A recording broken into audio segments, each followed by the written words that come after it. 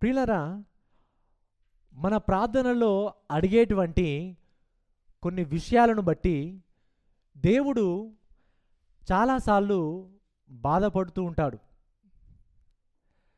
చాలాసార్లు మన ప్రార్థనలను బట్టి దేవుణ్ణి గాయపరుస్తూ ఉంటాం. పాపంలో బ్రతుకుతున్న ఒక వ్యక్తి పశ్చాత్తాపం గురించి అడగకుండా డబ్బు గురించి, ఆరోగ్యం గురించి, సంతోషం గురించి అడిగినప్పుడు ఆయనకు బాధ కలుగుతుంది. ఎందుకంటే మనము అడగాల్సింది అతి ప్రాముఖ్యమైన అవసరతను గురించి అడగకుండా వేరే విషయాన్ని గురించి అడిగినప్పుడు ఆయనకు బాధ కలుగుతుంది. ఒక క్రైస్తవుడు దేవునితో సావాసంలో ఎదగడానికి గురించి అడగకుండా ఈ లోకంలో సుఖవంతమైన జీవితాన్ని గురించి అడిగినప్పుడు ఆయనకు బాధ కలుగుతుంది. మన ప్రార్థనలో దేవుని యొక్క వాక్యాన్ని పదే పదే జ్ఞాపకం చేసుకుంటూ ఆ వాక్య ప్రకారము బ్రతకలేనప్పుడు ఆయనకు బాధ కలుగుతుంది. శ్రమలలో ఉన్న ఒక వ్యక్తి దేవుని యొక్క సహాయాన్ని వేరుకొనకుండా శ్రమల ద్వారా దేవుడు నేర్పించేటటువంటి గుణపాఠాలని నేర్చుకోకుండా ఆ శ్రమలను బట్టి దేవునిని నిందించినప్పుడు దేవునికి బాధ కలుగుతుంది. దేవుడు ఏమై ఉన్నాడో తెలుసుకొని ఆయనను హృదయపూర్వకంగా ఆయన మనసుకు తగినట్టుగా మనము అడగనప్పుడు ఆయనకు బాధ కలుగుతుంది. బహుశా మనలో చాలామంది మన ప్రార్థనలను బట్టి దేవుని యొక్క హృదయాన్ని మనము బాధపరుస్తున్నాము కావచ్చు. మీ ఆత్మీయ జీవితానికి కావలసింది అడగక భౌతికమైన అవసరతలు నెరవేర్చుకోవడానికి, ఈ లోకంలో సుఖ సంతోషాలను అనుభవించడానికి మీ స్వయం గురించి ఆలోచించి దేవునిని మీరు మీ ప్రార్థనలో ఈ ప్రార్థన అవసరతలు మీరు అడుగుతున్నారు కావచ్చు. అయితే ఈ యొక్క ప్రసంగంలో మనం ఒక వ్యక్తి గురించి మనం చూడబోతున్నాం. ఆ వ్యక్తి యొక్క ప్రార్థనను గురించి మనం చాలా జాగ్రత్తగా గమనించాలని బట్టి మనం ఏ విధంగా ప్రార్థన చేయాలో, ప్రార్థనలో ఏమి అడగాలో, ఎప్పుడు ప్రార్థన చేయాలో అనేటువంటి విషయాలని ఈరోజు మనం వాక్య భాగంలో చూడబోతున్నాం. యోనా గ్రంథము 2వ అధ్యాయాన్ని ఈరోజు మనం చూడబోతున్నాం. మొదటి అధ్యాయంలో మనం గడిచిన వారంలో చూసినట్లయితే ప్రియులారా, మరి మొదటి అధ్యాయంలో మనం ఏం చూసామంటే దేవుడు యోనాకి యెహోవా వాక్కు ఆయనకు ప్రత్యక్షమై నీవు నినివే ప్రాంతానికి వెళ్ళి నా యొక్క సువార్తను ప్రకటించుమని చెప్పినప్పుడు యోనా నినివే ప్రాంతానికి వెళ్ళడానికి ఇష్టపడకుండా తార్షీషునకు వెళ్ళడానికి ఓడ ఎక్కినప్పుడు సముద్రంలో గొప్ప తుఫాను వచ్చి మరి వాళ్ళు మునిగిపోయేటువంటి పరిస్థితి ఏర్పడినప్పుడు ఆ సముద్రంలో ఉన్నటువంటి నావికులు ఆయనను తీసి సముద్రంలో, యోనాను తీసి సముద్రంలో వేసినప్పుడు ఏం జరిగిందో మనము మొదటి అధ్యాయంలో మనం చూసాం. అయితే ఇప్పుడు సముద్రంలో వేసిన తర్వాత మరి ఏం జరిగిందో అనే విషయాన్ని ఈరోజు మనము 2వ అధ్యాయంలో మనము చూడబోతున్నాం. ప్రియులారా, చూడండి, యోనా గ్రంథము 2వ అధ్యాయము 1 నుంచి 10 వచనాలు ఈ విధంగా రాయబడి ఉంది. ఆ మర్త్యము కడుపులో నుండి యోనా యెహోవాను ఈలాగు ప్రార్థించెను. నేను ఉపద్రవంలో ఉండి యెహోవాకు మనవి చేయగా ఆయన నాకు ప్రత్యుత్తరమిచ్చెను. పాతాళ గర్భంలో నుండి నేను కేకలు వేయగా నీవు నా ప్రార్థన అంగీకరించి ఉన్నావు. నీవు నన్ను అగాధమైన సముద్ర గర్భంలో పడవేసి ఉన్నావు. ప్రవాహములు నన్ను చుట్టుకొని ఉన్నవి. నీ తరంగములను, నీ కరులను నన్ను కప్పియున్నవి. నీ సన్నిధిలో నుండి నేను వెలివేయబడినను నీ పరిశుద్ధాలయము తట్టు మరలా చూచెదననుకొంటిని. ప్రాణాంతము వచ్చునంతగా జలములు నన్ను చుట్టుకొని ఉన్నవి. సముద్రగాధము నన్ను ఆవరించి ఉన్నది. సముద్రపు నాచు నా తలకు చుట్టుకొని ఉన్నది. నేను మరెన్నటికి ఎక్కి రాకుండా భూమి గడియలు వేయబడి ఉన్నవి. పర్వతములో పునాదులలోనికి నేను దిగియున్నాను. నా దేవా యెహోవా, నీవు నా ప్రాణమును కూపంలో నుండి పైకి రప్పించి ఉన్నావు. కూపములో నుండి నా ప్రాణము నాలో మూర్ఛిల్లగా నేను యెహోవాను జ్ఞాపకము చేసుకొంటిని. నీ పరిశుద్ధాలయములోనికి నీ యొద్దకు నా మనవి వచ్చెను. అసత్యమైన వ్యర్థ దేవతల యందు లక్ష్యముంచువారు తమ కృపాధారమును విసర్జించురు. కృతజ్ఞతలు చెల్లించిలి నేను నీకు బలులు నర్పింతును. నేను మొక్కుకొనిన మొక్కుబళ్లను చెల్లింపక మానను. యెహోవా యొద్దనే రక్షణ దొరుకును అని ప్రార్థించెను. అంతలో యెహోవా మత్యమునకు ఆజ్ఞ ఇయ్యగా అది యోనాను నేల మీద కక్కివేసెను.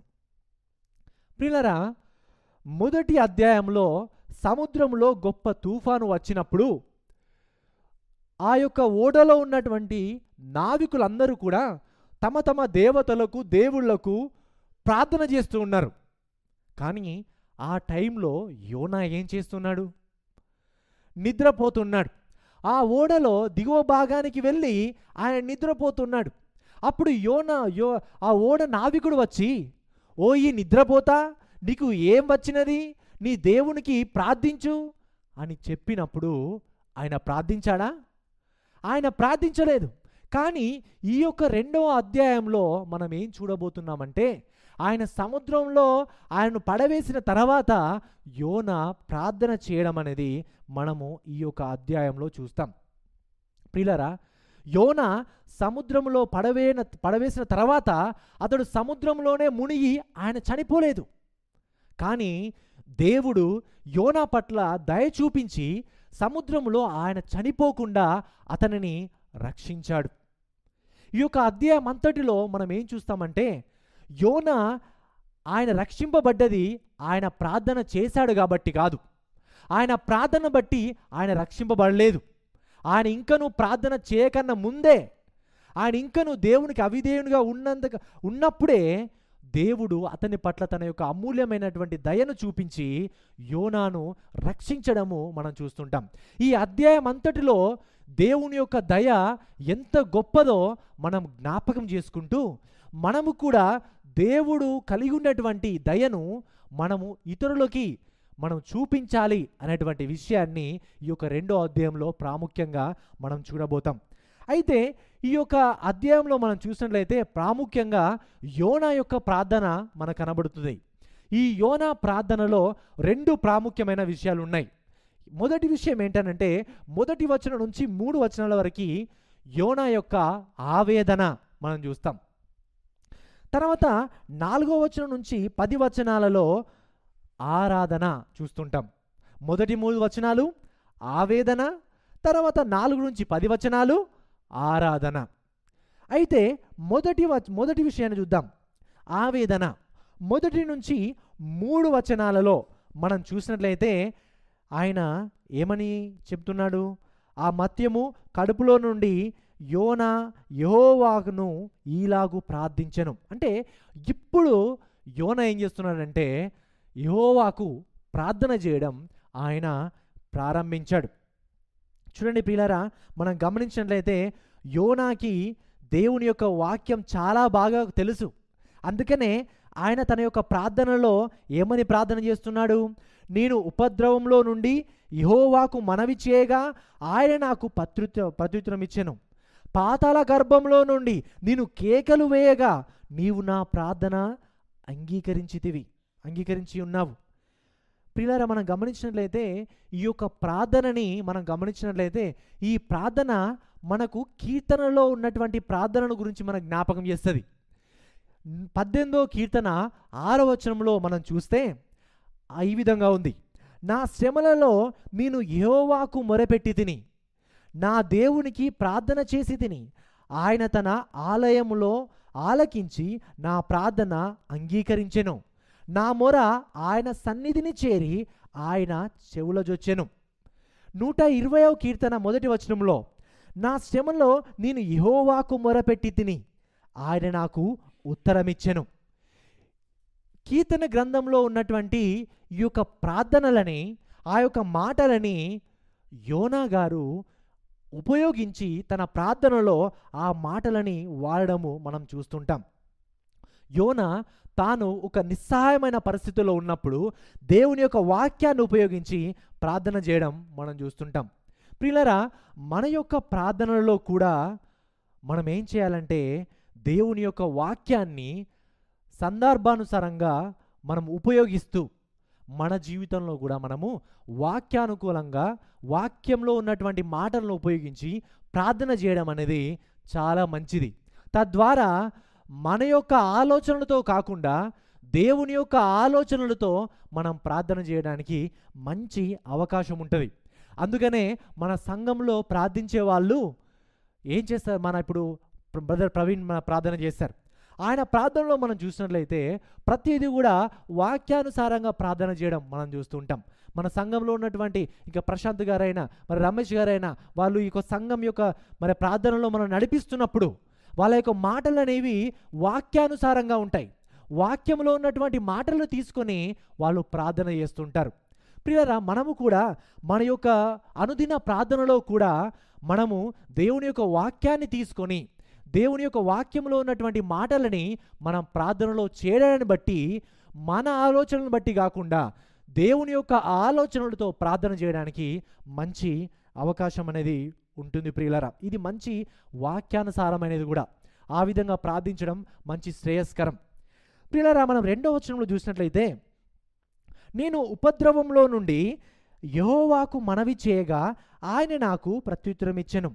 పాతాళ గర్భంలో నుండి నేను కేకలు వేయగా నీవు నా ప్రార్థన అంగీకరించి ఉన్నావు. ఇక్కడ పాతాళ గర్భములో, పాతాళం అనేటువంటి మాట చాలా ప్రాముఖ్యమైన పదం. ఈ యొక్క పాతాళం అనేటువంటి పదాన్ని మనం గమనించినట్లయితే యోబు గ్రంథంలో మనం కూడా చూస్తుంటాం ఈ మాటని. యోబు గ్రంథము 7వ అధ్యాయం 9వ వచనంలో ఈ విధంగా ఉంది, మేఘము వీడిపోయి అదృశ్యమగునట్లు పాతాళమునకు దిగిపోయిన వాడు మరి ఎన్నడునూ రాడు. చూడండి, పాతాళమునకు దిగిపోయిన వాడు మరి ఎన్నడికి రాడు అని చెప్తున్నాడు. యెషయా గ్రంథము 38:18 వచనంలో కూడా ఉంది, పాతాళమున నీకు స్తుతి కలగదు, మృతి నీకు కృతజ్ఞతాస్తుతులు చెల్లింపదు, సమాధిలోనికి దిగువారు నీ సత్యమును ఆశ్రయించరు. అంటే పాతాళము అంటే మనకేం జ్ఞాపకం చేస్తుందంటే ఒక నిస్సహాయకరమైనటువంటి ప్రదేశము, దేవుని నుండి గొప్ప ఎడబాటు. అక్కడికి వెళ్ళిన వారు మరలా తిరిగి రానే రారు. యోనా పాతాళ గర్భంలో నుండి నేను కేకలు వేస్తున్నాను అంటే అర్థం ఏంటనంటే నేను ఒక భయంకరమైన, నేను ఒక నిస్సహాయకరమైనటువంటి ప్రదేశంలో నుండి నీకు ప్రార్థన చేస్తున్నాను అని చెప్తున్నాడు. ఈ పాతాళం అనేటువంటి మాటకి ఇంకొక పదం ఏంటనంటే సమాధి అని కూడా వాడబడినది. ఈ యొక్క సమాధి అంటే, సమాధి అనేది ఒక నిస్సహాయకరమైనటువంటి పరిస్థితి. ఒక్కసారి సమాధి చేస్తే అంతే, దాంట్లో ఎలాంటి నిరీక్షణ, ఎలాంటి హోప్ అనేది ఉండదు, చనిపోయారు కాబట్టి. సో ఇక్కడ సమాధిని అనే పదాన్ని కూడా మనం చూస్తుంటాం. కీర్తన 18:6, 33, 49, 14 ఈ వచనాలలో ఈ యొక్క మాటని వాడడం కూడా మనం చూస్తుంటాం. యోనా ప్రార్థనలో మనము నేర్చుకోవాల్సినటువంటి ఒక సత్యం ఏంటనంటే, మనము నిస్సహాయ పరిస్థితులలో దేవునికి ప్రార్థన చేసినప్పుడు ఆయన తప్పకుండా ఆయన మనకు సహాయం చేస్తాడు. ఎవరు నీకు సహాయం చేసినా చేయకున్నా, నీవు నమ్మిన వారే నిన్ను మోసం చేసిన, నీకున్న డబ్బు, పేరు, ప్రఖ్యాతలు, ఆస్తిపాస్తులు కూడా నీ అవసరతలో అవి నీకు పనికి రాకున్నా, దావీదు మహారాజు గారు చెప్పినట్టు కొండల తట్టు నా కనులెత్తుచున్నాను, నాకు సహాయం ఎక్కడి నుంచి కలుగును అని ప్రార్థించినట్టుగా మనమందరం కూడా ఆయన నుంచే సహాయం మనం కలుగుతుంది. కాబట్టి మన యొక్క శ్రమలలో, బాధలలో, నిస్సహాయకరమైనటువంటి పరిస్థితులలో ఆయన తట్టు చూసి మనం ప్రార్థించాలి అనే విషయాన్ని మనము ఇక యోనా జీవితం నుంచి నేర్చుకోవాలి. యోనా ఒక నిస్సహాయకరమైనటువంటి పరిస్థితులలో, ఎలాంటి ఆశ లేనటువంటి పరిస్థితులలో ఆయన యెహోవాకు మొరపెట్టాడు. పిల్లల, మనమందరము కూడా నిజముగా మన యొక్క నిస్సహాయ పరిస్థితుల్లో, శ్రమలలో మనము తప్పకుండా మనము ఆయనకు ప్రార్థన చేయాలి. ఆయన మన యొక్క ప్రార్థనని ఆయన వింటాడు. ప్రియులారా, దేవుడు తన యొక్క పిల్లలు సమస్యల్లో, శ్రమల్లో ఉన్నప్పుడు వారి యొక్క ప్రార్థనని ఆయన వింటాడు. మనలో అపరాధ భావన ఉండి కూడా ప్రార్థించినా కూడా ఆయన యొక్క మన ప్రార్థన వింటాడు. ప్రియులారా, మనం చేసిన పనులను బట్టి దేవుడు మనం ఒకవేళ క్రమశిక్షణ చేస్తున్న క్రమంలో కూడా మనం ప్రార్థన చేస్తే దేవుడు మన యొక్క ప్రార్థన వింటాడు. అసాధ్యమైనటువంటి విషయాలలో, నిస్సహాయకరమైనటువంటి పరిస్థితులలో నువ్వు ఒకవేళ ప్రార్థన చేస్తే ఆయన నీ ప్రార్థన ఆయన తప్పకుండా వింటాడు. ప్రియులారా, 3వ వచనంలో చూస్తే, నీవు నన్ను అగాధమైన సముద్ర గర్భంలో పడవేసి ఉన్నావు, ప్రవాహములు నన్ను చుట్టుకొని ఉన్నవి, నీ తరంగములను నీ కరులను నన్ను కప్పియున్నవి అని అంటున్నాడు. ఇక్కడ యోనా దేవుని యొక్క సార్వభౌమ అధికారాన్ని ఆయన గ్రహించాడు. అందుకని ఏమంటున్నాడంటే, నీవు నన్ను అగాధమైన సముద్రంలో పడవేసి ఉన్నావు అంటున్నాడు. నీ తరంగములు నీ కర్రులను అంటున్నాడు. అంటే నీ తరంగములు నీ కర్రులను అంటే అవి ఒక ఇన్స్ట్రుమెంట్గా వాడబడుతున్నాయి. దేవుని యొక్క చేతిలో, దేవుని యొక్క సార్వభౌమ అధికారంలో దేవుని యొక్క కార్యాన్ని నెరవేర్చడానికి దేవుని యొక్క చేతిలో ఇవి ఆయుధములుగా వాడబడుతున్నాయి. అందుకని యోనా దాన్ని గ్రహించాడు. ఇవి నీ ద్వారానే కలుగుతున్నవి. కాబట్టి ఇక్కడ యోనా ఏంటంటే, ఇది రావడానికి కారణం మీరే అని అతడు గ్రహించాడు. జరుగుతున్న ప్రతిదీ కూడా దేవుని యొక్క ఆధీనంలో, దేవుని యొక్క అనుమతితో జరుగుతుంది. ఏది కూడా దేవుని యొక్క ఆధీనంలో లేకుండా, దేవుని యొక్క అనుమతి లేకుండా ఏది కూడా జరగదు. కాబట్టి ఇక్కడ యోనా కూడా ఆ విషయాన్ని అక్కడ గ్రహించాడు. కానీ ఇక్కడ దేవుని యొక్క సార్వభౌమ అధికారాన్ని అతడు గ్రహించాడు. కానీ ఈయన యొక్క ప్రార్థనలో ఒకటి కరువైంది. ఏం కరువైందంటే పశ్చాత్తాపం కరువైంది. దేవునికి విరోధంగా పాపం చేశాడు, కానీ దేవా నన్ను క్షమించుము దేవా అని అతడు ప్రార్థించలేకపోతున్నాడు. ఈ యొక్క 2వ అధ్యాయంలో మనం చూసినట్లయితే 10 వచనాలు ఉన్నాయి. ఈ 10 వచనాలలో దాదాపుగా 22 సార్లు నేను, నా, నన్ను అనే పదాలని మనం చూస్తుంటాం. నేను, నా, నన్ను అనేటువంటి పదాలని మనం గమనిస్తూనే ఉంటాం. అంటే ఇతని యొక్క ప్రార్థన అనేది తన చుట్టే తిరుగుతుంది, కానీ అది దేవుని చుట్టూ తిరగట్లేదు, దేవుని మీద ఫోకస్ అయ్యట్లేదు. ఇది ఈ ప్రార్థన ఎలా ఉంటుందంటే స్వయం కేంద్రీకృతమైన ప్రార్థనగా ఎక్కువగా మనకు కనబడుతుంది. కొంత స్వయం కేంద్రీకృత ప్రార్థన, కొంత దేవుని కేంద్రీకృతమైన ప్రార్థనగా మనకు కనబడుతుంది. కానీ ఎక్కువ శాతం అయితే స్వయం కేంద్రీకృత ప్రార్థనగా మనకి ఇక్కడ కనబడుతూ ఉంటుంది. ఈయనలో రియల్ రిపెంటెన్స్ అనేది, నిజమైన పశ్చాత్తాపం అనేది ఈ పరిస్థితుల్లో అతనికి ఇంకా రాలే. ఒకవేళ ఆయన నిజమైనటువంటి పశ్చాత్తాపాన్ని అతను కలిగి ఉంటే, ఇంతకుముందు మనం వాక్యంలో చదివినప్పుడు మనం ఏ కీర్తన చదివాము? 51వ కీర్తన చదివాం. ఆ 51వ కీర్తనలో ఎవరు ప్రార్థన చేస్తున్నారు? దావీదు మహారాజు. ఆయన ఏ విధంగా ప్రార్థన చేస్తున్నాడు? ఆయన ఇంతకుముందు మనం చూసినప్పుడు, దేవా నీ కృప చొప్పున నన్ను కరుణింపుము. అతడు పాపం చేశాడు, బెత్షెబతో పాపం చేసిన తర్వాత ఆ పశ్చాత్తాపంతో అతడు ప్రార్థన చేస్తున్నాడు.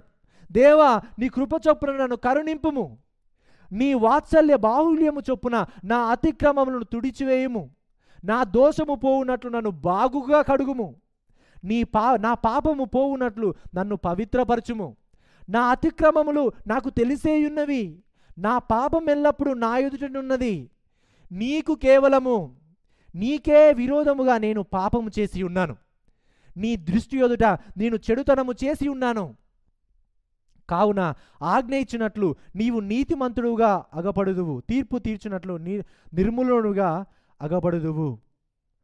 ప్రియులారా, దావీదు చేసినటువంటి ప్రార్థనకి యోనా చేసినటువంటి ప్రార్థనకి చాలా వ్యత్యాసం అనేది ఉన్నది.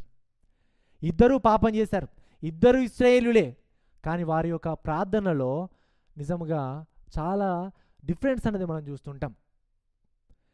ఇక్కడ యోనా, దేవా నేను పాపం చేశాను, దేవా నన్ను క్షమించు, దేవా నువ్వు నిన్నువే వెళ్ళమన్నావు, కానీ నేను తార్సీసునకు వెళ్ళే ఓడ ఎక్కాను, దయతో నన్ను క్షమించుము దేవా అని ప్రార్థన చేయలే. ఓడ నావికులు నీ దేవునికి ప్రార్థన చేయి అని అంటే ఆయన అక్కడ ప్రార్థన చేయలే. ఏమన్నాడు? ప్రార్థన చేయకుండా నన్ను తీసుకుపోయి సముద్రంలో పడేయండి, నేను ఒకవేళ బ్రతికుంటే నినివే ప్రాంతానికి వెళ్ళి నేను సువార్త ప్రకటిస్తాను కావచ్చు, నా శత్రువులైనటువంటి నినివే వాళ్ళు రక్షింపబడతారు. వాళ్ళు రక్షింపబడడం చూడడం కన్నా నేను సముద్రంలో పడి చచ్చిందే బెటరు అనని నన్ను సముద్రంలో పడవేమని యోనా చెప్పడం మనం చూస్తుంటాం. అతనిలో నిజమైనటువంటి పశ్చాత్తాపాన్ని మనము ఇక్కడ చూడడం లేదు. ప్రియులారా, అదేవిధంగా మనం చూసినట్లయితే ఇక్కడ ఆయన కృతజ్ఞత ప్రార్థన కూడా చేశాడు. ఈ యొక్క కృతజ్ఞత ప్రార్థనలో మరి కొంతవరకు ఆయన మంచిగానే ప్రార్థన చేస్తుండడం మనం చూస్తుంటాం. కానీ ఇక్కడ మనం గమనించినట్లయితే కృతజ్ఞత ప్రార్థనలో మనం చూసినట్లయితే ఆయన ఒక మాట మనం చూస్తుంటాం. ఇక్కడ నేను నిన్ను జ్ఞాపకము చేసుకొని ఉన్నాను అని ఆయన అంటూ ఉంటాడు. ఈవెన్ ఇక్కడ మనం గమనించినట్లయితే యోనా దేవునిని జ్ఞాపకం చేసుకున్నాడా, దేవుడు యోనాను జ్ఞాపకం చేసుకున్నాడా అనేది మనం ఒకసారి చూడాలి. జ్ఞాపకం చేసుకున్నటువంటి పదాన్ని మనం చాలా జాగ్రత్తగా గమనించాలి. నేను యెహోవాను జ్ఞాపకం చేసుకొనుచున్నాను కాబట్టి ఆయన నన్ను కూపంలో నుండి రక్షించును ఆయన అంటున్నాడు. ఇంతకీ ఎవరు జ్ఞాపకం చేసుకున్నారు ఈయనని? ఈయన దేవుని జ్ఞాపకం చేసుకున్నాడా, దేవుడు ఆయన జ్ఞాపకం చేసుకున్నాడా? ఈ జ్ఞాపకం చేసుకోవడం అనేది చాలా ఇంపార్టెంట్ పదం. ఇక్కడ ఆదికాండము 8వ అధ్యాయం 1వ వచనంలో చూస్తే దేవుడు నోవాహును అతనితో కూడా ఓడలోనున్న సమస్త జంతువులను సమస్త పశువులను జ్ఞాపకము చేసుకొనెను. దేవుడు భూమి మీద వాయువు విసురునట్లు చేయుట వలన నీళ్లు తగ్గిపోయాను. దేవుడు నోవాహును జ్ఞాపకం చేసుకున్నాడు. నిర్గమకాండము 2వ అధ్యాయం 24వ వచనంలో కాగా దేవుడు వారి మూలుగులను విని అబ్రాహాము ఇస్సాకు యాకోబులతో తాను చేసిన నిబంధనను జ్ఞాపకము చేసుకొనెను. కీర్తన 98:3 ఇశ్రాయేలు సంతతికి తాను చూపిన కృపా విశ్వాసతలను ఆయన జ్ఞాపకము చేసుకొని ఉన్నాడు. ప్రియులారా, మనము ఈ జ్ఞాపకం చేసుకున్నటువంటి పదాన్ని చూసినప్పుడు బైబిల్లో దేవుడే పాపులమైన మనని జ్ఞాపకం చేసుకొని మన పట్ల తన కృపను చూపించడము మనం చూస్తుంటాం. కానీ యోనానైతే నేను నిన్ను జ్ఞాపకం చేసుకున్నాను కాబట్టి నువ్వు నాకు సాయం చేసినావు అనడము మనం ఇక్కడ గమనిస్తుంటాం. ప్రియులారా, అంటే యోనా యొక్క ప్రార్థనలో ఇంకా నిజమైనటువంటి క్లియర్గా పశ్చాత్తాపం అనేది ఆయనలో మనకు కనబడట్లేదు. దేవుడు మరి యోనా చేసినటువంటి ప్రార్థనను బట్టి కాదు, తన యొక్క అమూల్యమైన దయను బట్టి ఆయన సముద్రంలో మునిగిపోకుండా మరి తిమింగలమునకు ఆజ్ఞాపించి మరి అతనిని రక్షించడము మనము చూస్తుంటాం. ప్రియులారా, దేవుని యొక్క దయ ఎంతో గొప్పది. మనం ఇంకనూ పాపులమై ఉండగానే ఆయన మన ఎడల తన దయను చూపించాడు. ఆయన దయను పొందుకోవడానికి మనకు ఎలాంటి అర్హతలు లేకున్నా కూడా తన యొక్క గుణలక్షణాలను బట్టి తన యొక్క మంచితనాన్ని బట్టి ఆయన మన ఎడల ఆయన దయ చూపించాడు. దేవుని దగ్గరికి రావడానికి మనకు ఏ అర్హత కూడా లేదు, కానీ దేవుడైతే ఆయన మన దగ్గరికి వచ్చి ఆయన మనల్ని రక్షించాడు. మనం రక్షింపబడడానికి మనకు ఎలాంటి అర్హత లేకున్నా కూడా దేవుడు తన యొక్క అమూల్యమైన కృపను బట్టి దయను బట్టి ఆయన మనను అర్హులునిగా ఆయన మనను చేశాడు. ప్రియులారా, మనం యోనా గ్రంథము 1వ అధ్యాయము 17వ వచనంలో మనం చూసినట్లయితే గొప్ప మత్యం ఒకటి యోనాను మింగవలనని యెహోవా నియమించి ఉండగా యోనా 3 దినములు ఆ మత్యం యొక్క కడుపులో నుండెను. దీనిలో మనం గమనించినట్లయితే salvation belongs to God. Salvation comes through judgment. ఇక్కడ మనం చూసినట్లయితే రక్షణ అనేది తీర్పు ద్వారా రావడం అని మనం చూస్తుంటాం. మింగడం అనేటువంటి పదాన్ని కూడా మనం బైబిల్లో గమనించినట్లయితే మింగడం అనేది దేవుని యొక్క తీర్పునకు ఒక గుర్తుగా ఉండడం మనం చూస్తుంటాం. ఆదికాండము 41వ అధ్యాయము 7వ వచనంలో చూస్తే అప్పుడు నిండిన పుష్టిగల ఆ 7 వెన్నులను ఆ పిల వెన్నులను మింగివేసెను. అంతలో ఫరో మేలుకొని అది కల అని గ్రహించెను. ఇక్కడ మనము ఆదికాండంలో మనం చూసినట్లయితే యోసేపు యొక్క సమయంలో ఫరోకు అతని యొక్క కలలో అతని యొక్క దర్శనంలో ఈ యొక్క ఏంటంటే పుష్టిగల 7 వెన్నెలు పిల్ల వెన్నెలను మింగివేసినట్టుగా మనం చూస్తుంటాం. అంటే అది ఒక తీర్పునకు సాదృశ్యంగా జరుగుతున్నది, అంటే తీర్పు నీ మీదకి రాబోతున్నది అనే దానికి సాదృశ్యంగా ఈ యొక్క మాటను వాడడం మనం అక్కడ చూస్తుంటాం. అదేవిధంగా నిర్గమకాండం 7వ అధ్యాయం 12వ వచనంలో, వారిలో ప్రతివాడును తన కర్రను పడవేసినప్పుడు అది సర్పమాయను గాని అహరోను కర్ర వారి కర్రలను మింగివేయగా. ఐగుప్తుల నుండి ఇశ్రాయేలుని విడిపించడానికి దేవుడు సూచక్రియలను చేసినప్పుడు అహరోను కర్ర మరి అది పాముగా అయిన తర్వాత ఏమవుద్ది, నిజంగా అక్కడ మింగివేయడము అనేది మనం చూస్తున్నాం. అంటే దేవుని యొక్క తీర్పు అక్కడ రావడం అనేది మనం ఇక్కడ చూస్తూ ఉంటాం.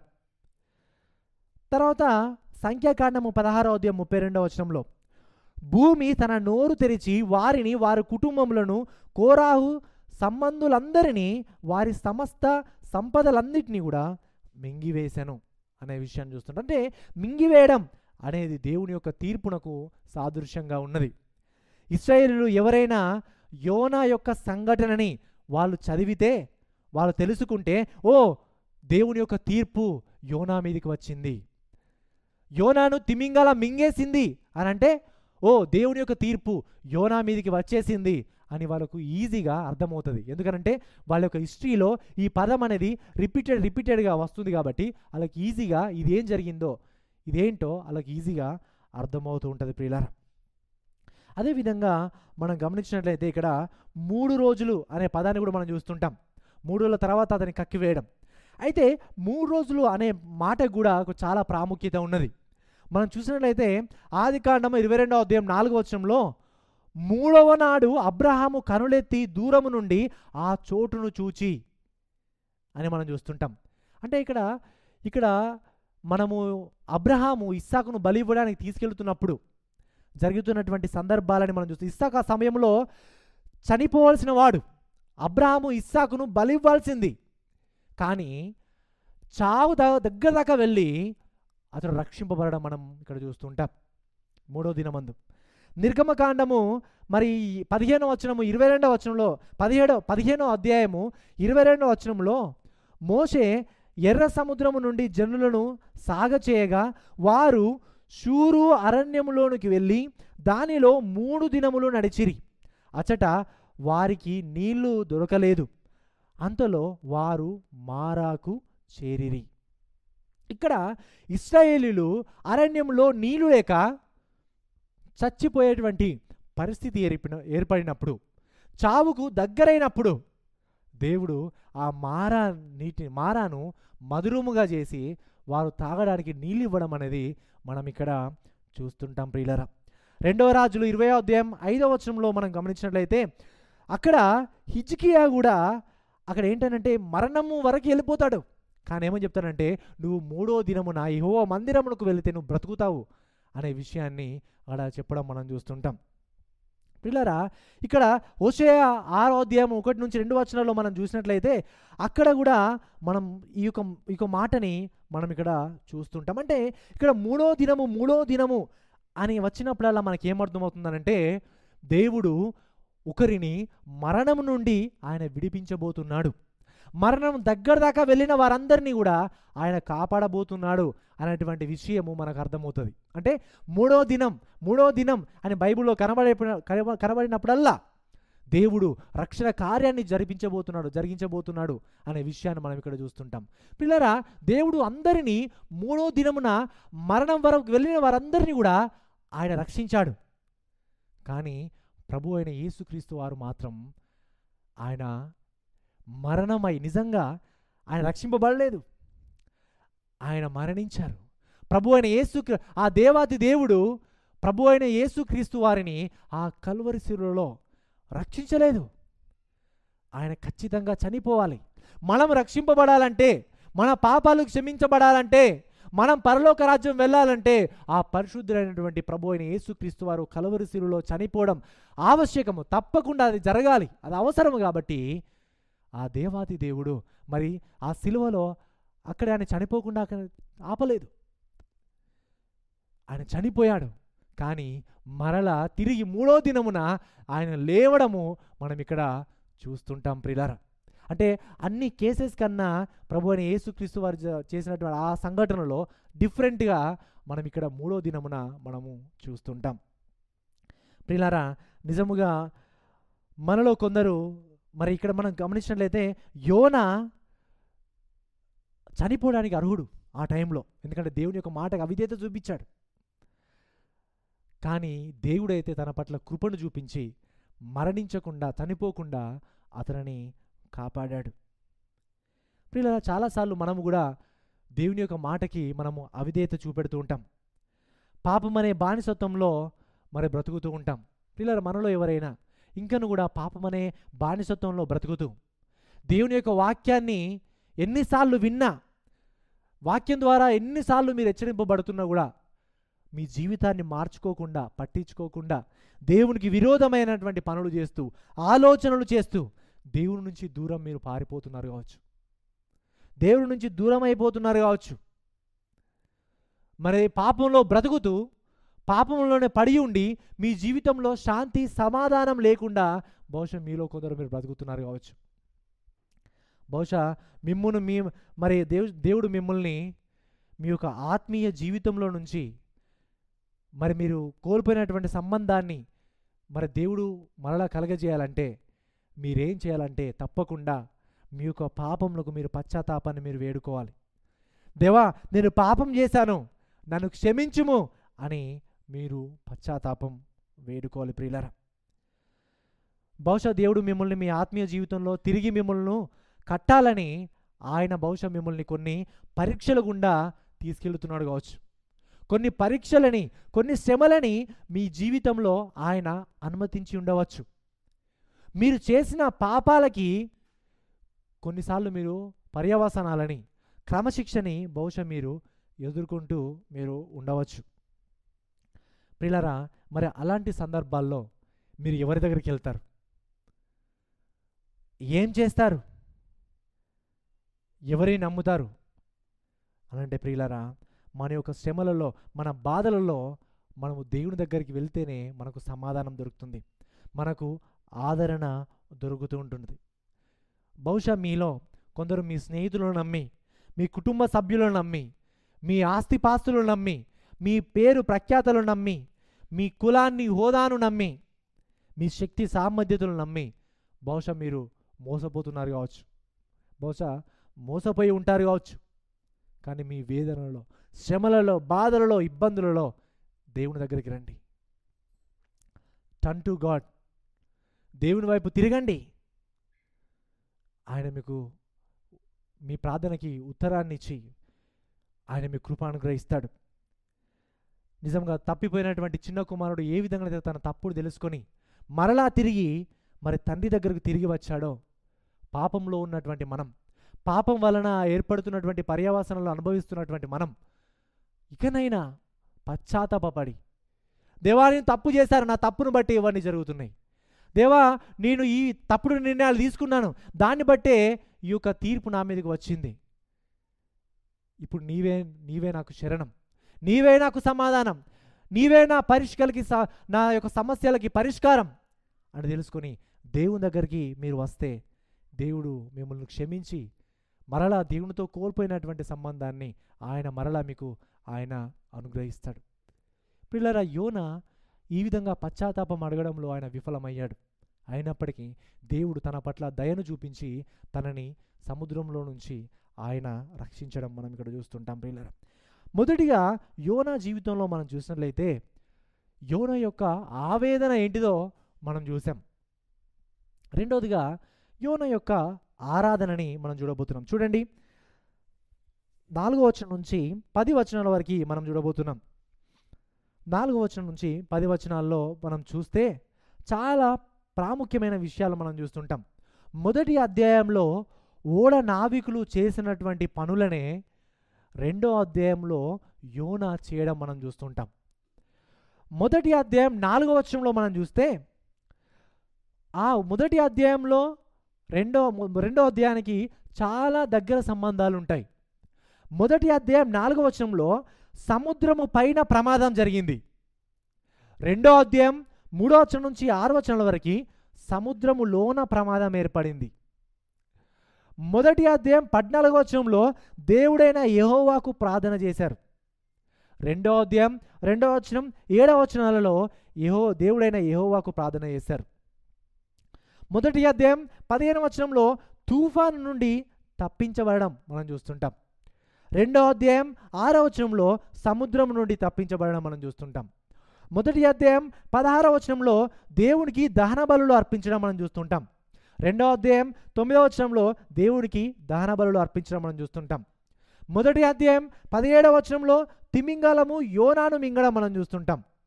రెండవ అధ్యాయం 10వ వచనంలో తిమింగలము యోనాను కక్కివేయడం మనం ఇక్కడ చూస్తుంటాం. అంటే మొదటి అధ్యాయానికి రెండవ అధ్యాయానికి చాలా దగ్గర సంబంధాలు ఉన్నాయి. కొన్ని యోనా మొదటి అధ్యాయంలో జరిగిన దానికి వ్యతిరేకంగా కూడా రెండవ అధ్యాయంలో కూడా మనం చూస్తూ ఉంటాం.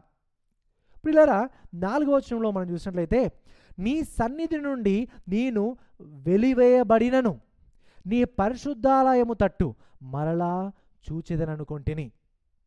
ఇంతకీ మొదటిగా యోనా మరి దేవుని యొక్క సన్నిధి నుండి వెలివేయబడ్డాడంటే మనం గమనించినట్లయితే ఇక్కడ ఇంతకీ మొదటిగా ఎవరు దేవుని యొక్క సన్నిధి నుండి దూరం వెళ్ళారు? దేవుని యొక్క సన్నిధి నుండి మొదటిగా దూరం వెళ్ళింది యోనా. కానీ ఇక్కడ ఏమంటున్నాడు ఈ వచనంలో? నీ సన్నిధిలో నుండి నేను వెలివేయబడినను. ఆయన వెలివేయబడ్డాడా? ఆయన దూరంగా పారిపోయాడా? ఆయన దూరంగా పారిపోయాడు. ఇక్కడ చూసినండి, తాను చేసినటువంటి మరి ఆ పాపానికి ఇక్కడ పర్యవసానాన్ని ఆయన గమనించడం, పర్యవసానాన్ని పొందుకోవడం మనం ఇక్కడ చూస్తుంటాం. ఇదే పదాన్ని మనము ఆదికాండం 3వ అధ్యాయం 24వ వచనం కూడా చూస్తుంటాం, వెలివేయబడడం అనే విషయాన్ని.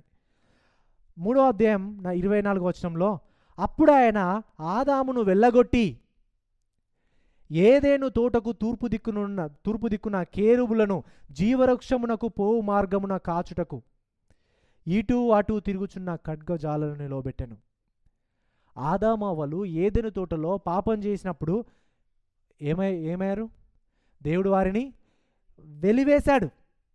అదే మాటని ఇక్కడ చూస్తుంటాం, అదే సందర్భాన్ని, అదే ఒక పర్యవసానాన్ని మనం చూస్తుంటాం ఇక్కడ ఈ సందర్భంలో కూడా. యోనా ఆయన సన్నిధి నుండి దూరంగా పారిపోయాడు, కానీ ఇప్పుడు ఆయన సన్నిధి తట్టు మరలా తిరిగి చూస్తూ ఉన్నాడు. అది ఒక మంచి విషయం. ఇది యోనా కొంచెం రిపెంటెన్స్ హార్ట్ చూపిస్తున్నాడు, కొంచెం పశ్చాత్తాప పడుతున్నాడు అనే దాన్ని మనం గమనిస్తాం. ఎందుకంటే ఆయన మరలా తిరిగి ఆయన పరిశుద్ధాలయం తట్టు చూస్తున్నాడు. ఈవెన్ ఆయన ప్రార్థన చేయడమే ఆయన మొదటిగా పశ్చాత్తాపడడానికి మొదటి ఒక స్టెప్పుగా మనకు ఇక్కడ కనబడుతూ ఉన్నది. అదేవిధంగా 5వ వచనంలో చూసినట్లయితే, ప్రాణాంతము వచ్చున్నంతగా జలములు నన్ను చుట్టుకొని ఉన్నవి, సముద్రాగాధము నన్ను ఆవరించి ఉన్నది, సముద్రపు నాచు నా తల చుట్టుకొని ఉన్నది. పిల్లారా, ఇక్కడ ఈ మాటలు మనం ఏం జ్ఞాపం చేస్తుందంటే, ఈ సముద్రపు నాచు నా తలకు చుట్టుకొని ఉన్నది అనే మాటలు ఈ సందర్భం ఏంటనంటే, ఒక శవాన్ని వస్త్రాలతో ఏ విధంగా అయితే చుట్టేస్తారో అలాంటి మాటలు ఇక్కడ వాడబడ్డాయి. అంటే ఈయన ఏం చేస్తున్నాడంటే, నేను చనిపోబోతున్నాను, I'm going to die soon అనే విషయాన్ని జ్ఞాపం చేసుకుంటూ ఒక శవాన్ని ఏ విధంగా అయితే వస్త్రాలతో చుట్టి కప్పేస్తారో ఆ మాటలని ఆయన ఇక్కడ జ్ఞాపం చేసుకోవడం మనం ఇక్కడ చూస్తుంటాం ప్రియులారా. అంటే నేను చావడానికి సిద్ధంగా ఉన్నాను అనే మాటలను తెలియజేస్తున్నాడు. 6వ వచనంలో, నేను మరెన్నటికి ఎక్కి రాకుండా భూమి గడియలు వేయబడి ఉన్నవి, పర్వతముల పునాదులలోనికి నేను దిగి ఉన్నాను, నా దేవా యెహోవా నీవు నా ప్రాణమును కూపంలో నుండి పైకి రప్పించి ఉన్నావు. ఈ మాట వినడానికి బాగానే ఉంటుంది. నిజంగా యోనా తన యొక్క పరిస్థితిని బట్టి మరి పశ్చాత్తాపడుతూ ప్రార్థన చేస్తున్నట్టుగా మనకు కనబడుతూ ఉంటుంది, కొంత కనబడుతూ ఉంటుంది. కొంచెం ఆయనలో ఈ యొక్క హార్ట్ కృతజ్ఞత లేదా నిజంగా క్షమాపణ అటువంటి కొంచెం మనసు ఆయనలో మనకు కనబడుతూ చూస్తూ ఉంటాం. 7వ వచనంలో, కూపంలో నుండి నా ప్రాణము నాలో మూర్ఛిల్లగా నేను యెహోవాను జ్ఞాపకము చేసుకొంటిని, నీ పరిశుద్ధాలయములోనికి నీ యొద్దకు నా మనవి వచ్చెను. మళ్ళీ చూడండి, తన యొక్క ప్రార్థన మళ్ళీ ఆయన చుట్టే తిరుగుతూ ఉండడం మనం గమనిస్తాం. నేను యెహోవాను జ్ఞాపం చేసుకున్నాను కాబట్టి ఆయనను చూసిండు అనే విషయాన్ని మనం ఇక్కడ చూస్తుంటాం. యోనాలో కొంత ఇంకా పశ్చాత్తాపం ఇంకా క్లియర్గా రావడం లేదు, కొంత కరువు అయిపోతుండడం మనం ఇక్కడ చూస్తూ ఉంటాం ప్రియులారా. అంత మాత్రమే కాదు, ఈయన తన గురించి తాను గొప్పగా చెప్పుకోవడం కూడా చూస్తుంటాం. 8వ వచనంలో, అసత్యమైన వ్యర్థ దేవతల యందు లక్ష్యముంచు వారు తమ కృపాధారమును విసర్జింతురు. ఇంతకీ అసత్యమైన వ్యర్థ దేవతల యందు లక్ష్యముంచువారంటే యోన ఎవరిని రెఫర్ చేస్తున్నాడు, ఎవరి గురించి మాట్లాడుతున్నాడంటే, మొదటి అధ్యాయంలో ఇక్కడ అసత్యమైన వ్యర్థ దేవతల యందు లక్ష్యముంచిన వారు ఎవరు? ఓడ యొక్క నావికులు. వారిని గురించి రెఫర్ చేస్తున్నాడు అన్నట్టు. వాళ్ళైతే నీ అందు లక్ష్యం ఉంచారు, కానీ నేనైతే నీ యొక్క కృపాధారం నందు లక్ష్యం ఉంచుతాను అన్నట్టుగా ఆయన మాట్లాడుతున్నాడు. ఇంతకీ అసలు నిజంగా మొదటి అధ్యాయంలో ఓడ నావికులు వాళ్ళు ఏం చేశారు? పశ్చాత్తాపడి దేవునికి ప్రార్థన చేసి దేవునికి దహన బలులు అర్పించి వాళ్ళు ఆరాధించారు. కానీ యోనా ఏం చేస్తున్నాడంటే, నేను వాళ్ళకన్నా చాలా బెటర్, నేనైతే నీ కృపాధారమును నేను వాళ్ళలాగా విసర్జించను, ఆధారపడి ఉంటాను అని చెబుతూ ఉన్నాడు. ప్రియులారా చూడండి, ఇక్కడ ఆయనలో ఏంటనంటే, నేను వాళ్ళకన్నా పరిశుద్ధుణ్ణి, నీ వాళ్ళకన్నా మంచివాణ్ణి అనే విషయాన్ని ఇక్కడ ఆయన చెప్పుకోవడం మనం చూస్తుంటాం. తర్వాత 9వ వచనంలో, కృతజ్ఞతాస్తుతులు చెల్లించి నేను నీకు బలులను అర్పింతును, నేను మొక్కుకొనిన మొక్కుబళ్లను చెల్లింపక మానను, యెహోవా యొద్దనే రక్షణ దొరుకును అని ప్రార్థించను. ప్రియులారా, యోనాలో ఒక మంచి గుణలక్షణం ఏంటనంటే, దేవుని గురించి మంచి అవగాహన అతనికి ఉన్నది. దేవుడు ఎలాంటి వాడో, అతని గుణలక్షణాలు ఏంటో మంచి అవగాహన అతనికి ఉన్నది, మంచి నాలెడ్జ్ ఉన్నది. నిజముగా యెహోవా యొద్దనే రక్షణ దొరుకును అనేటువంటి మాట చాలా అద్భుతమైనటువంటి మాట. ఈ యొక్క పుస్తకం అంతటికి కూడా అది ప్రాముఖ్యమైనటువంటి ముఖ్యాంశం. యోనాలో చాలా మంచి విషయాలు చూస్తుంటాం, కానీ ఈ యొక్క పశ్చాత్తాపం అనేది ఇంకా క్లియర్గా ఉంటే బాగుండేది అని మనకు అనిపిస్తూ ఉంటుంది. నిజంగా ఇక్కడ యెహోవా యొద్దనే రక్షణ దొరుకును అనే మాట మనం చూసినట్టయితే, రక్షణ అనేటువంటి మాటకి ఇక్కడ మనం చూసినట్టయితే యెషువా అనేటువంటి మాటని ఇక్కడ వాడారు. అంటే ఇక యెషువా అనేటువంటి మాటని మనం చూసినట్టయితే అపోస్తుల కార్యములు 4వ అధ్యాయం 12వ వచనంలో మనం ఈ మాటను చూస్తూ ఉంటాం. మరి ఎవరి వలన రక్షణ కలుగును? నీ నామమునే మనము రక్షణ పొందవలెనని కానీ ఆకాశము కింద మనుషుల్లో ఇవ్వబడిన మరి ఏ నామమున రక్షణ పొందలేము అనేను. ఈ రక్షణ అనే మాటని మనం గమనించినట్టయితే ఎవరి వలన రక్షణ వస్తుంది అంటే ప్రభువు అయిన యేసుక్రీస్తు ద్వారానే వస్తుంది రక్షణ.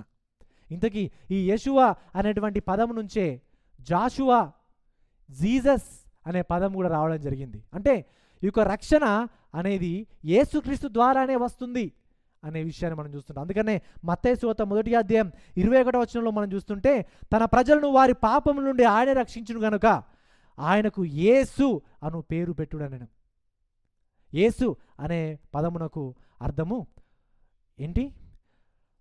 ఆయన శబ్దమునకు రక్షకుడు అని మన అర్థం మనం ఇక్కడ చూస్తుంటాం. అంటే ప్రభు అని యేసుక్రీస్తు ద్వారానే రక్షణ వస్తుంది అనే విషయాన్ని ఇంతకీ అక్కడ కూడా యోనా కూడా అక్కడ గ్రహించడం మనం చూస్తుంటాం.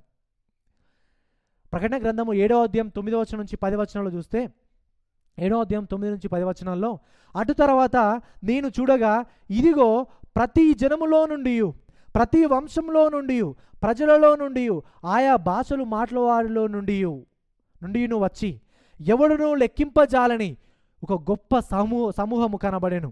వారు తెల్లని వస్త్రములు ధరించుకున్న వారై ఖర్జూరపు మట్టలను చేత పట్టుకొని సింహాసనము ఎదుటను గొర్రెపిల్ల ఎదుటను నిలవబడి, సింహాసనాసీనుడైన మా దేవునికిని గొర్రె పిల్లకును మా రక్షణకై స్తోత్రమని మహాశబ్దముతో ఎలుగెత్తి చెప్పిరి. ఈ యొక్క పరలోకంలో జరుగుతున్నటువంటి ఈ సందర్భాన్ని ఆయన తెలియజేస్తున్నాడు. అనేక వంశంలో నుంచి వచ్చిన వాళ్ళు, ప్రతి జనములో నుంచి వచ్చిన వాళ్ళందరూ కూడా వచ్చి మా గొర్రెపిల్ల, మా రక్షణ అని యెహోవాను స్తుతించడము, యెహోవాను ఎలుగెత్తి మరి ఆరాధించడము అనేది మనం ఈ యొక్క వచన భాగాల్లో మనం చూస్తుంటాం ప్రియులారా. నిజముగా మన యొక్క రక్షణకి కారణం ప్రభు అయిన యేసుక్రీస్తు వారు మాత్రమే. మన యొక్క శక్తి సామర్థ్యతలను బట్టి, మన యొక్క పేరు ప్రఖ్యాతలను బట్టి యోనా మరి నిజముగా తన యొక్క మంచితనాన్ని బట్టో, తన యొక్క వ్యక్తిత్వాన్ని బట్టో దేవుడు ఆయన రక్షించలే. అదేవిధంగా దేవుడు మనల్ని కూడా మన యొక్క శక్తి సామర్థ్యతలను బట్టో, మన యొక్క కులాన్ని బట్టో, మన యొక్క చేస్తున్న ఉద్యోగాన్ని బట్టో ఆయన మనల్ని రక్షించలేదు. పిల్లరా, మనం ఏం చేసినా కూడా, ఎన్ని దాన ధర్మాలు చేసినా, ఎన్ని పుణ్యకార్యాలు చేసినా మనముగా ఎప్పటికి కూడా మనం రక్షింపబడలేం. ఎప్పటికి కూడా మన పరలోక రాజ్యానికి మనము వెళ్ళలేం. అది మనతో అసాధ్యం. పిల్లరా, నిజముగా యెహోవా దగ్గరనే మనకు రక్షణ దొరుకుతుంది. ఈ రక్షణ ప్రభు అయిన యేసుక్రీస్తు ద్వారా మాత్రమే మనకు వస్తుంది.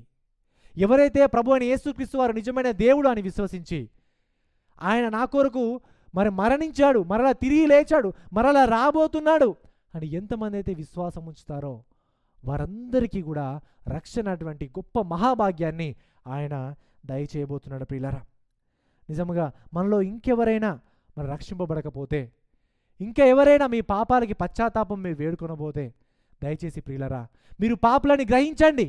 దేవా, నేను పాపిని, నా పాపాలను ఒప్పుకోనండి, నేను పాపిని, నన్ను క్షమించండి అని ఒకసారి మీరు ప్రార్థన చేయండి. దేవుడు మీ పాపాలను క్షమించి రక్షణ అనేటువంటి గొప్ప మహాభాగ్యాన్ని ఆయన మీ అందరికి కూడా దయచేస్తాడు. ప్రియులారా, నిజముగా కొందరికి ఈ రక్షణ అనే విషయంలో కూడా కొంతమంది తప్పుడు అవగాహన ఉన్నది. రక్షణ అంటే చాలామంది ఏమనుకుంటారంటే నేను రక్షణ తీసుకున్నాను అని అంటారు. రక్షణ తీసుకోవడం అంటే వాళ్ళ ఉద్దేశం అంటే నేను బాప్తిజం తీసుకున్నాను అని చెప్పడానికి నేను రక్షణ తీసుకున్నాను అని చెప్తూ ఉంటారు. ప్రియులారా, మనం ఎప్పటికి కూడా మన రక్షణను తీసుకోలేం. అది తీసుకుంటే వచ్చేది కాదు. ప్రియులారా, దేవుడే ఆయన మనను రక్షించాడు. మనం రక్షణని పొందుకుంటాం కానీ రక్షణను మనం తీసుకోం. ఆ తీసుకోవడానికి ఏదో వస్తువు కాదు. ఆ తీసుకోవడానికి మన దగ్గర ఎలాంటి శక్తి సామర్థ్యతలు కానీ ఎలాంటి ప్రివిలేజెస్ కానీ మనకు లేవు. దేవుడే తన యొక్క అద్భుతమైన కృపను బట్టి ఆయన మనల్ని జ్ఞాపకం చేసుకొని ఆయన మనల్ని రక్షిస్తాడు తప్ప మనం రక్షణను తీసుకోలేం, మనముగా రక్షింపబడలేం అనే విషయాన్ని మనం ఇక్కడ గ్రహించాలి. ప్రియులారా, 10వ వచనంలో మనం గమనించినట్లయితే, అంతలో యెహోవా మత్యమునకు ఆజ్ఞేయగా అది యోనాను నేల మీద కక్కివేసెను. కక్కివేయడం అనేది చాలా వికారకరమైనది. మనం చూస్తుంటే ఎవరైనా ఎక్కువగా చేపలు తింటే కక్కుకుంటారు. కానీ చేపనే మనిషిని తిని మనిషిని కక్కేసింది. సో ఇక్కడ రివర్స్గా మనం చూస్తుంటాం. ఇక్కడ నిజంగా వాంతింగ్ చూస్తుంటే నాకైతే ఈజీగా ఎవరైనా వాంతింగ్ చేసుకుంటే నాకు వాంతింగ్ వచ్చేస్తుంది ఈజీగా. సో అంటే వాంతింగ్ అనేది చాలా వికారకరమైనది. అది చూస్తేనే చాలా వికారకరంగా ఉంటుంది. అయితే ఈ యొక్క కక్కివేయడం అనేది దేవుని యొక్క ఉగ్రతకి సాదృశ్యంగా ఉన్నది. లేవికాండం 20వ అధ్యాయం 22వ వచనంలో మనం చూస్తే, కాబట్టి మీరు నివసించినట్లు నేను ఏ దేశమునకు మిమ్మల్ని తీసుకొని పోచున్నానో ఆ దేశము మిమ్మును కక్కివేయకుండునట్లు మీరు నా కట్టడలను నా విధులన్నిటినీ అనుసరించి నడుచుకొనవలెను. బైబిల్లో మనం చూసినట్లయితే చాలా చోట్లలో కక్కివేయబడడం, నేను కక్కివేస్తాను ఆ నోట్లో నుండి అనంటే, కక్కివేయడం అనంటే దేవుని యొక్క తీర్పునకు గుర్తు, తీర్పునకు సాదృశ్యంగా ఉండడం అనేది మనం ఇక్కడ చూస్తుంటాం. ఇక్కడ మనం గమనించినట్లయితే ఇక్కడ యోనా దేవుని యొక్క మాటకు అవిధేయత చూపించాడు కాబట్టి దేవుని యొక్క తీర్పు యోనా మీదికి వచ్చింది అని మనం ఇక్కడ చూస్తుంటాం.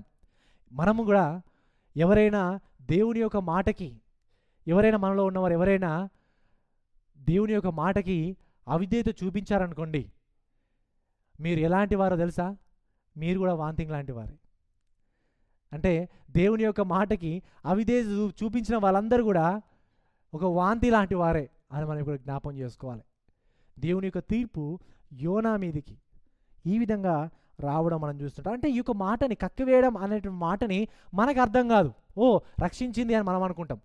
కానీ ఇశ్రాయేలీయులు ఈ మాటను చదివితే, ఓ యెహోవా తీర్పు యోనా మీదకి వచ్చింది అని వాళ్ళకి ఈజీగా అర్థమవుతుంది. అంటే కొన్ని పదజాలాలు మనకు క్లియర్గా అర్థం కావు.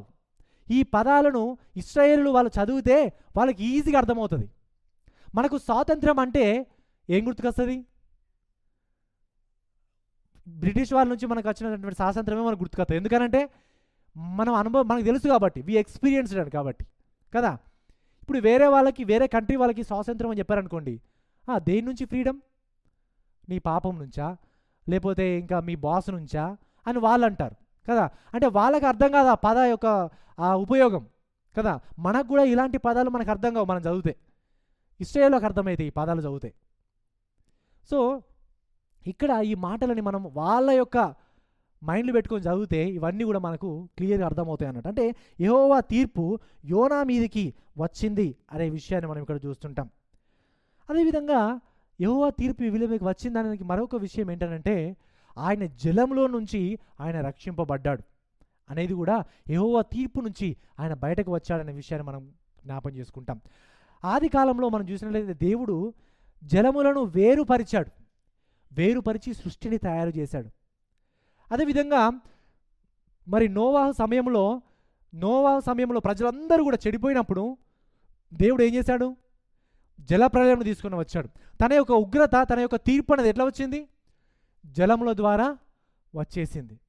అదేవిధంగా మరి ఆ యొక్క ఐగుప్తీయులు ఇశ్రాయేలీయులను వెంబడిస్తున్నప్పుడు దేవుడు ఆ యొక్క ఎర్ర సముద్రం 2 పాయలుగా చేసి ఆ యొక్క సముద్రం నుంచి ఇశ్రాయేలును మరి రక్షించి, సముద్రంలో ఎవరు చనిపోతారు? ఐగుప్తీయులు చనిపోతారు. అంటే ఇక్కడ యెహోవా యొక్క తీర్పునకు సాదృశ్యంగా ఉన్న ఈ జలములు అనేవి. మోషే కూడా ఆయన ఆ యొక్క నది గుండా రక్షింపబడతాడు. అదేవిధంగా మనం చూసినట్లయితే ఈవెన్ బాప్టిజం కూడా మనము దానికి సాదృశ్యంగా ఉన్నది. మనకి నీటిలో నుంచి మనం బయటకు వచ్చినామంటే దేవుని యొక్క తీర్పులో నుంచి బయటకు వచ్చినాం అనే విషయాన్ని సాదృశ్యంగా మనకు తెలియజేస్తుంది. ఇక్కడ యోనా నీటి నుంచి బయటకు వచ్చాడంటే యెహోవా యొక్క తీర్పు ఆల్రెడీ ఆయన మీద దాని నుంచి తప్పించుకున్నాడు, దాని నుంచి బయటకు వచ్చాడు అనే విషయాన్ని మనం చూస్తుంటాం. అందుకనే ప్రకటన గ్రంథం 21వ అధ్యాయంలో ఇక మీదట సముద్రము ఉండదు అని అంటాడు. అంటే ఇక మీదట ఆ నూతన సృష్టిలో, ఆ నూతన క్రియేషన్లో ఇక మీదట సముద్రములు ఉండవంటే ఇక మీదట దేవుని యొక్క తీర్పు మరలా ఉండదు. అది నిత్యకాలం ప్రభుతో మనము యుగయుగాలు ఆయనతో పాటు ఉండబోతున్నాం. మరలా జడ్జిమెంట్ ఉండదు, మరలా తీర్పు ఉండదు అని తెలియజేయడానికి ఇక మీదట సముద్రములు ఉండవు అనే మాటని అక్కడ మనం వాడడం మనం చూస్తుంటాం. ప్రియులారా, మనమందరం కూడా నిజంగా దేవుని యొక్క ఉగ్రత నుండి తప్పించబడి మరి రక్షింపబడాలంటే, మనమందరం కూడా ఈ ఉగ్రత నుండి మనం తప్పించబడాలంటే తప్పకుండా ప్రభువుని యేసుక్రీస్తు యందు మనం విశ్వాసం ఉంచాలి. ప్రియులారా, మనము నిత్య జీవమునిచ్చు నీళ్లు తాగాలని ప్రభు అయిన యేసుక్రీస్తు వారు దేవుని యొక్క ఉగ్రత అనేటువంటి పాత్రని ఆయన పూర్తిగా ఆయన తాగేశారు. ప్రియులారా, మనము పరిశుద్ధులము కావాలని ఆయన మన కొరకు పాపిగా మన యొక్క శిక్షను ఆయన భరించాడు.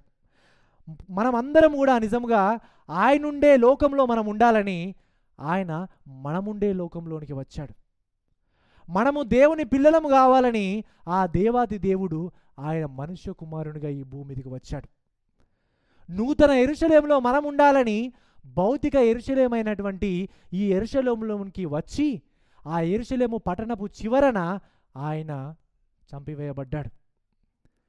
పిల్లరా, దేవాది దేవుడు మన పట్ల తన యొక్క ఎంతో గొప్ప కృపని ఆయన మనలో చూపించి ఆయన మనలందరినీ కూడా రక్షించి తనతో పాటు యుగయుగములు ఉండడానికి ఆయన మన గొప్ప కృపని ఆయన మనకు అనుగ్రహిస్తున్నాడు. పిల్లరా, నిజంగా ఎంతో గొప్ప కృపను పొందిన మనం అందరము కూడా మనం ఆయన ఎప్పుడు జ్ఞాపకం చేసుకుంటూ ఉండాలి. నిజంగా మనం ఎవరైనా పాపం చేస్తే పశ్చాత్తాపపడుతూ ఉండాలి. నేను ఏ పాపం చేయట్లేదు అని అంటే మిమ్మల్ని మీరే మోసం చేసుకుంటున్నారు అని అర్థం. కాబట్టి మనం పాపం చేస్తే తప్పకుండా దేవా నేను పాపం చేశాను అని పశ్చాత్తాపపడుతూ ఆయన దగ్గరికి వస్తే ఆయన తప్పకుండా ఆయన మిమ్మల్ని చేర్చుకుంటాడు. పిల్లరా, మరి మనలో ఎవరైనా ఇలాంటి పశ్చాత్తాపం లేకపోతే దయచేసి మన జీవితాలను మనం పరీక్షించుకుందాం. మనం నిజంగా మన మంచితనాన్ని బట్టి దేవుడు మనల్ని రక్షించాలనుకుంటే ఎవ్వరు కూడా మనలో ఉన్నవారు ఎవరు కూడా రక్షింపబడరు. మనం ఇంకనూ పాపులమై ఉండగానే, ఇంకనూ బలహీనులు ఉండగానే దేవుడు మన ఎడల తన కృపను చూపించాడు. ఆయన కృపను మనం పొందుకోవాలంటే దేవుని దగ్గరికి మనం రావాలి. వచ్చి దేవా నేను పాపినని గ్రహించాలి. నువ్వు పశ్చాత్తాపం వేడుకోబోతే, నీ పాపాన్ని నువ్వు తెలుసుకోలేకపోతే నువ్వు రక్షింపబడలేవు. ఇకనైనా పశ్చాత్తాపపడి ప్రభు యొద్దకి మీరు రండి ప్రియులారా. నిజముగా యోనా రక్షింపబడడానికి ఆయనకి ఎలాంటి అర్హత లేదు, కానీ దేవుడు తన పట్ల గొప్ప దయని ఆయన చూపించాడు. మనం కూడా రక్షింపబడడానికి మనకు ఎలాంటి అర్హత లేదు, మన ఎడల కూడా దేవుడు గొప్ప దయని ఆయన చూపించాడు. దేవుడు మన ఎడల ఎంత గొప్ప దయను చూపించాడో అలాంటి దయను మనము కూడా ఇతరులకి చూపించవలసిన వారుగా ఉన్నాం. కాబట్టి అలాంటి గొప్ప కృప దేవుడు మనందరికీ కూడా దయచేయునుగాక. ఆమేన్, ఆమేన్.